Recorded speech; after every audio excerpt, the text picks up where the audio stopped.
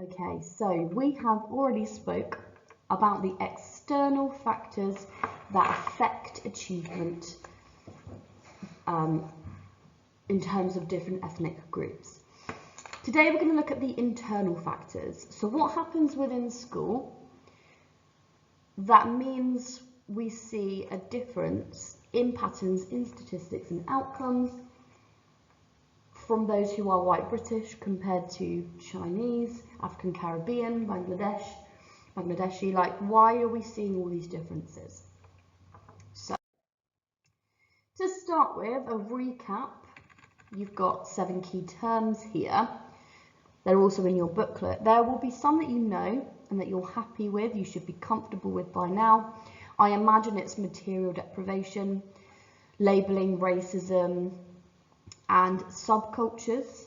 So what I want you to do is write the definitions for the key terms that you don't know. Now the space in the booklet's quite small, so it might be that you want to do this on flashcards or post-it notes, but generally what I find is that AO1 is usually stronger, so key terms, knowledge, definitions, but in a handful of students, we aren't defining what those words mean. So you have to pretend that the examiner knows nothing. Clueless about sociology, not a clue. And so defining every key term protects you from coming out with an E. So definitions here. So material deprivation refers to poverty, a lack of necessities, for textbooks, for resources. Racism may be expressed individually and consciously. Explicit acts could be unconsciously via institutions that might promote inequality. So where you're just generally being horrible to someone based on their race. Labelling, ascribing a label or a type or a stereotype to somebody to control and identify their behaviour. So it might be the good kid, the smart kid, the thick kid. Might change how they act. A subculture within a broader mainstream, so with its own values, practices and beliefs. So subcultures like anti-school, pro-school, and these vary by sex, with boys and girls, how they fit in is different. Then the last 3 that you might not know: ethnocentric curriculum, a narrow belief based on the superiority surrounding a dominant ethnic group or culture. So our curriculum is focused on, well, our history curriculum especially, is focused on the experiences of predominantly white British individuals. But we are very multicultural as a society. We have lots of different ethnic minorities living together, and our curriculum hasn't caught up with that. Institutional racism is a form of racism where institutions like schools, the police, the criminal justice system may have unconscious beliefs about certain minority ethnic groups and therefore treat them differently. So when we come on to crime, there's a case in the 90s of Stephen Lawrence. He's a young black boy in London who was stabbed by 2 white men. And the police took so long to report it, and it didn't actually get solved until about 10 years ago. It happened in about 1993. So they argue that the police are institutionally racist. They pick and choose what cases are solved, essentially. Then lastly, segregation, so separating groups of people on the basis of things like race, religion or ethnicity. So what we need to do, we need to unpack what could be some internal factors within school that could mean we are seeing a difference in achievement within different ethnic minority groups. So we're going to start with labelling. Labelling within school from teachers. How might this impact? Now, with all of this research, all of this is AO2, and when we do this flipped stuff, this is what I will be asking you to go away to make notes on, maybe research further, is a mixture of AO1 and AO2, because I think I've said it before, AO2 is always the assessment objective that is left behind, and people miss out on good grades because there's no studies in their research, there's no people, key figures, and it lets down their answers. So if I'm handing this over to you, your independence, your responsibility to ensure that you have that bank of AO2 that you can draw upon. And some of this is already in your booklets, I'll just discuss each of it in depth. So, labelling and teacher racism, I mean, I'm obviously going to be biased. I don't think teachers are racist.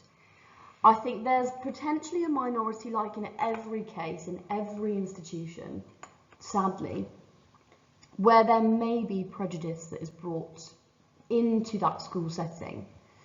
But generally speaking, people go into the profession because they want to help young people, they are interested in their subjects, and they are generally caring individuals who want students to succeed.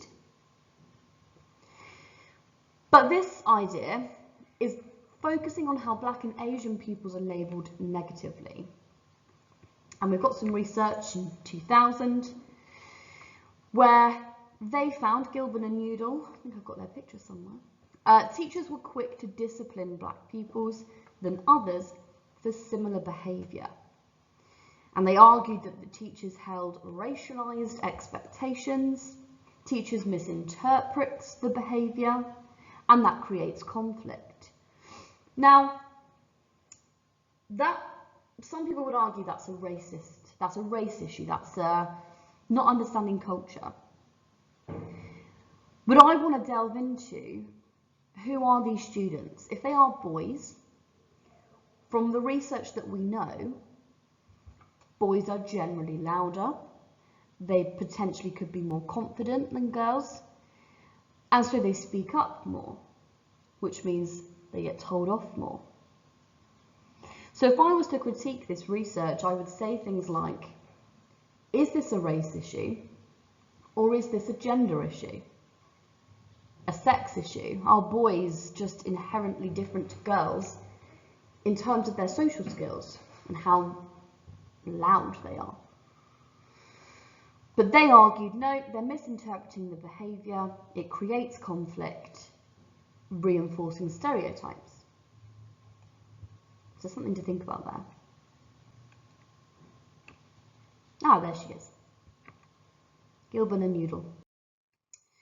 Secondly, carrying on with that idea of teacher racism, outdated research here though, Bourne and Foster, Black boys often seen as threatening, they're labelled negatively, or I should say leading to more exclusions, generally placed in lower sets and streams.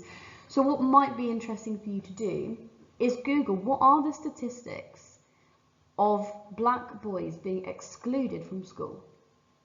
Is it disproportionate? Is it higher than white British? Does that vary by location? To help back up these points. And if we go back to setting streaming at anti-school, bottom set, same stream, probably don't have an ambition or a goal. You know, is that a race issue? Is it is it gender? Is it class? Is it a combination?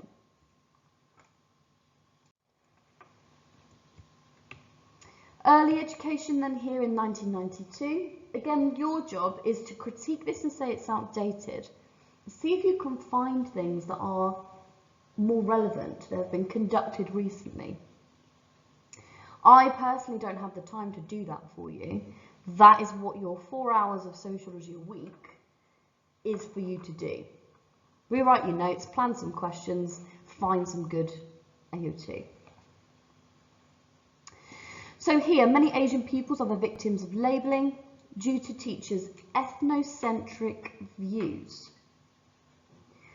So what that means is that they view them as just generally being clever. They'll get on with it, they're bright, don't need any intervention, especially Asian girls.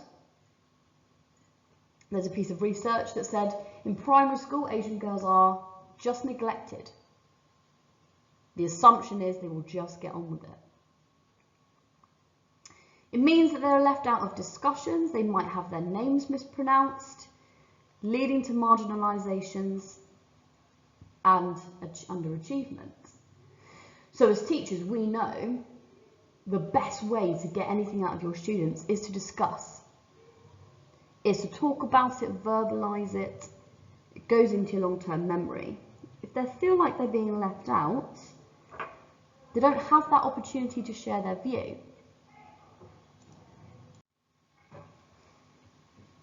Okay, so people's responses and subcultures. So a second idea internally that's happening within the school is that how pupils respond to a label is critical. So how they respond, and does that lead to certain subcultures forming in school? I mean, we see it year on year. I remember teaching when I first started. I had a lovely year 7, I had a mixed tutor group, but one of my year 7s, you could tell, may be easily influenced. And now, sort of, I think they might have left now. Their ambition was to get into the link. Their ambition was, you know, to be friends with those people and the people who were in the link, to join in the culture, I guess, of, I don't know, sometimes misbehaving, maybe wanting attention. And so we see it everywhere. Once that label is attached to someone, there are a variety of different responses. Fuller, Mack and Gale, 84, very old, looked at a rejection of labels. So we've got a group of black girls in year 11, a London comprehensive, they're in lower streams, but they're achieving well. And these girls, when interviewed, rejected the label. They didn't conform to the values of the school. They didn't really care about the teachers, didn't really respect them, didn't really follow the behaviour policy, but they were doing really well academically. And that's what they valued. They pushed themselves to succeed, and they kind of did it their own way. And year on year, we see that. And again, I don't think that's ethnicity that plays a role. I see it with girls. Year 13, they do their own thing. They might not necessarily follow the structure of my lesson. They'll do it in their own way, but it works for them. So I think intrinsically within students, who you are will depend on the label, how you act towards a label. And so labelling can be challenged as long as pupils can produce adequate coping strategies. So if there is a label of, oh, I don't think you're going to quite get a B, I think you'll get a C, how people react to that, kind of, it is criticism, it is honesty. How they react is important.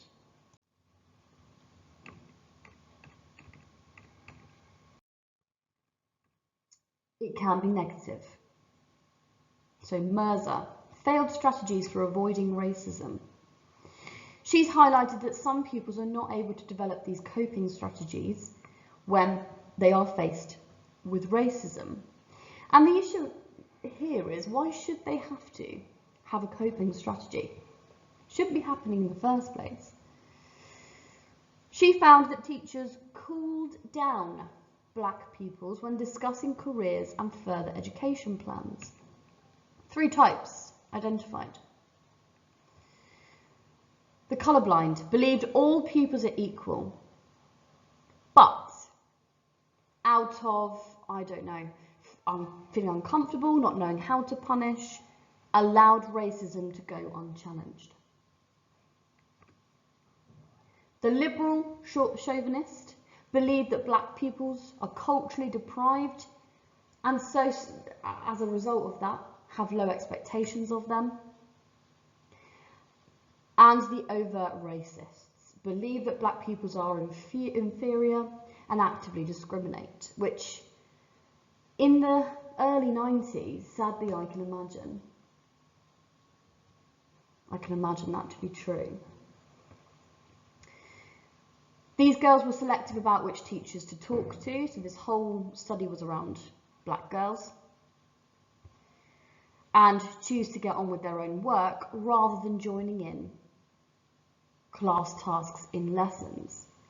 They fell behind, they didn't want to ask for help, didn't have a good relationship, didn't succeed.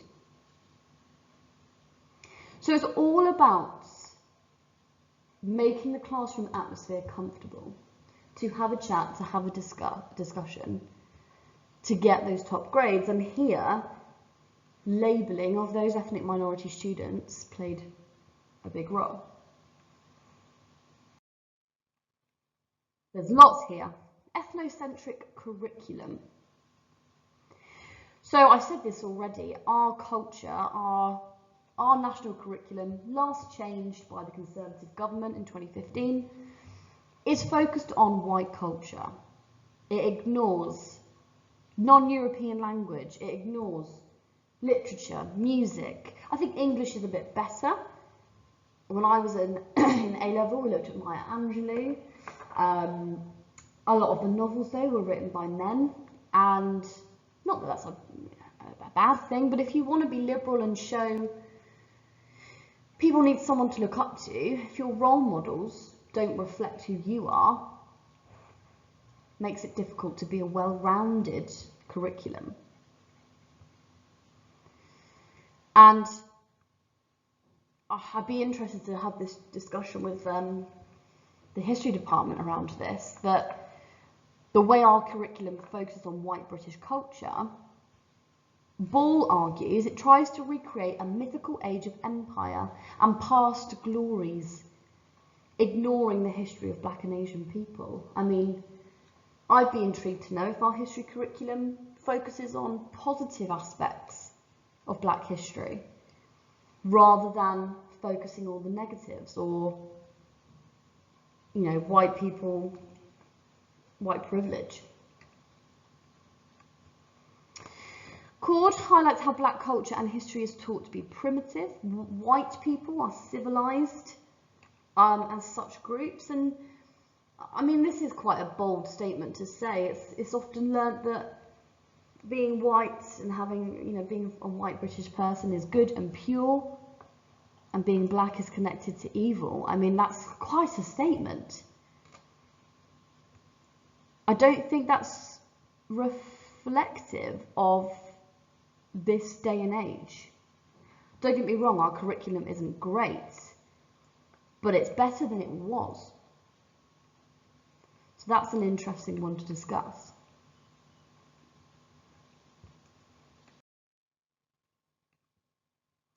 Institutional racism. So I said this at the start. This is where an institution, like a school, or the police, or the media, have inbuilt discrimination. Stop and search from the police. A black man is 9 times more likely to be stopped and searched than a white man. And 75% of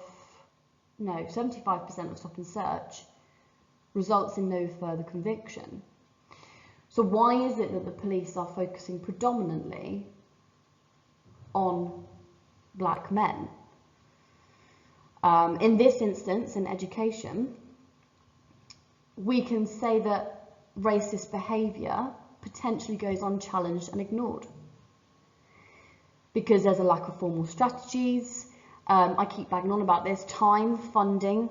If we had more teachers, more bodies, essentially, in the behaviour hub who could re-educate, who could spend that time, you know, making those students see what they're saying is wrong, these things might happen less or not at all. And here, last thing here is that a lack of provision for teaching Asian languages, Troyner argues, is a form of institutional racism. Maybe it puts certain groups at a disadvantage. Are we equipped as state schools to fully prepare and help our students who are bilingual or English isn't their first language to access the curriculum? It's an interesting debate. Okay, a couple more. Selection and segregation. So, Gilborn again, the marketisation of education, how we portray ourselves as a school, puts our ethnic minorities at a disadvantage. Schools could be more selective as to who they enrol. They might decide that they don't have the skill sets or the staff to be able to actively support different students from different backgrounds, and so may, like we said last time, off-roll them, cream skim, pick who they want, and therefore we have these students at a loose end.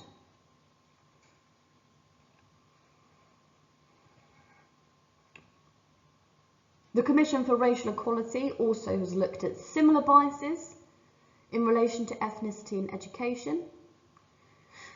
A racist bias in enrolment interviews. So there was a horrendous bit of research looking into university admissions. And UCAS basically, I know my friend had to do it, again, they'll never come out and say this is why they did it, but it seems like if somebody had a foreign name, they would investigate them. They'd want to see visas, they'd want to see papers and documentation. So is that a racial bias? Is that them just doing their job? It's interesting to look at both sides.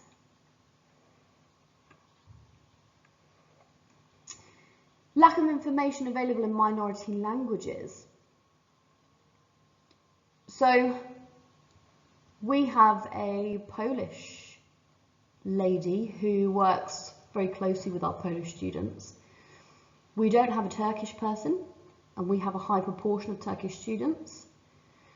So as schools, we aren't fully equipped to help these students have all the information that they need. Parents, you know, I've had conversations in the past where I've had to talk to siblings about a student to tell their parents. They might not be aware of certain procedures that happen in school because of a language barrier. So biases happen everywhere, and it's doing as much as we can to avoid. Okay, last thing then. So what you have in your booklet is an article talking around history teachers. Only 3 black applicants win places to train as history teachers. And 17% of black African applicants apply to teacher train. Can't remember when this was, a couple of years ago, I think. So I want you to have a read, and I want you to just answer these questions in your booklet. So summarising the evidence, analyse the effects, and evaluate the strengths and weaknesses. Great piece of AO2. Even if you don't answer the question, just highlight it, make sense of it, and how you could use it. And then the last thing here. So once you've got the notes, you've looked at that article, what I'd like you to do is create for me a plan for this question. So we have looked at inside factors and outside factors for ethnicity and achievement. This question's focusing on inside factors, so what I've just discussed. What I want to see from you all, the planning sheet is attached on Go for Schools and via email. Print it out or type it. How would you structure this 30 marker? What would be your points from the item? Who would be your perspectives you could critique or support for AO3? What knowledge or keywords would you use for AO1? And what studies and evidence for AO2?